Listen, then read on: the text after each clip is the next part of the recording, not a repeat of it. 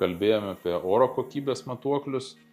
Kągi, galvom, išmatavom, bet žmonės klausia, ką tada daryti, ar ne su to blogu oru.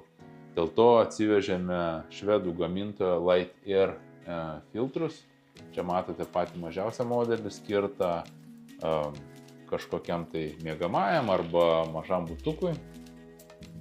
Aš pats gyvenu rajone, kur daug individualių namų ir prasidėjus šildymo sezonui tikrai ore daug dūmų. Būna užmiršti uždaryti langą kažkur išėjęs, grįžti namuose kaip rūkyklą.